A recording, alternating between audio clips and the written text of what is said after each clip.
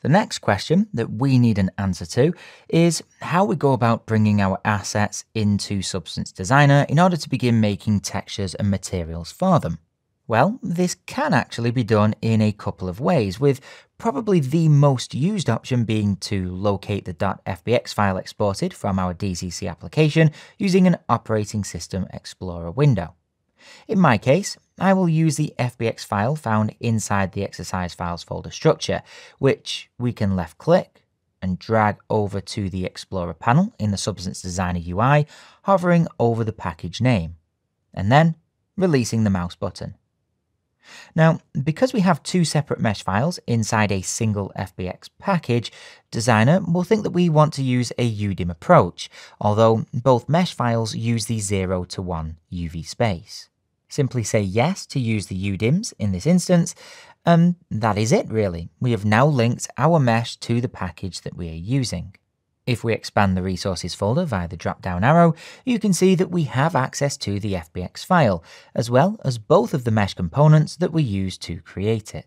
We do need to remember, however, that should we pass this Substance package to another artist once saved, we will also need to pass the linked mesh with it as well. If the mesh is no longer needed though, we may want to remove any reference or link to it in the package by right-clicking on the asset and then using the remove command before passing the Substance file on. As a side note, if we were to instead drag the FBX file onto the 3D view from the Explorer window, this, whilst automatically adding the mesh to the view, will not link the mesh to our package, as we can see by a quick glance at the Explorer section of the UI. In this instance, we are still required to link the mesh to our Substance package. As an alternative process, we could also right-click on the package name in the Explorer panel, come to the Link Flyout option, choose the 3D Mesh option from there, and then locate the mesh that we want to bring in.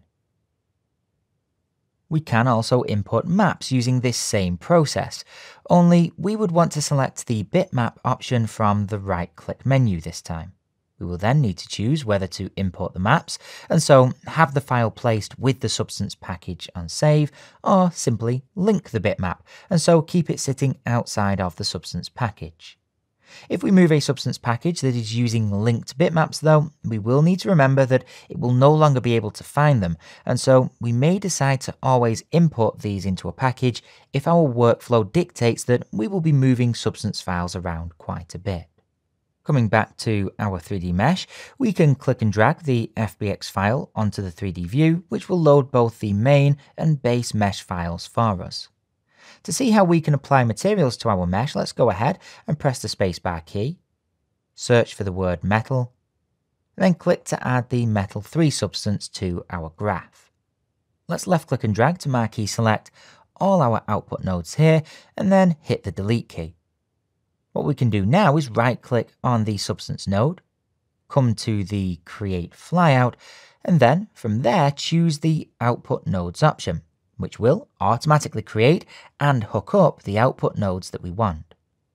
Now, I did say in the previous video that I would show how we can rename materials inside Substance Designer should they not keep the naming given to them inside the DCC application. If we come to the Material menu on our 3D view then, and expand the flyout, we can see that Designer has kept the two materials that were applied inside the Houdini application. Coming to the options for our first material though, we can click Rename and call this one Shader _ Base. And then do the same for the second material, although now listed first in alphabetical order, calling it Shader _ Main. To view the graph outputs on the mesh itself, we can right click in some empty space, choose the View Outputs in 3D View option, and then choose the material assignment that we want to apply our graph to. In my case, I will use the Shader _ Main material. Now we can also left click and drag on our graph name from inside the Explorer window, release it over the mesh inside the 3D view, and this time choose the Shader _ Base option. We can even apply any of the outputs found here to a specific channel on a specific material by right-clicking and dragging on the output, and then releasing it inside the 3D view, after which we get to pick not only which material set we want to use, but also the specific channel that we want this output node to affect. Knowing how to import mesh files and bitmaps into Designer means that we are fully prepared to create materials for custom objects, as well as more generic substances that we can apply to the default mesh types that come supplied with Substance Designer.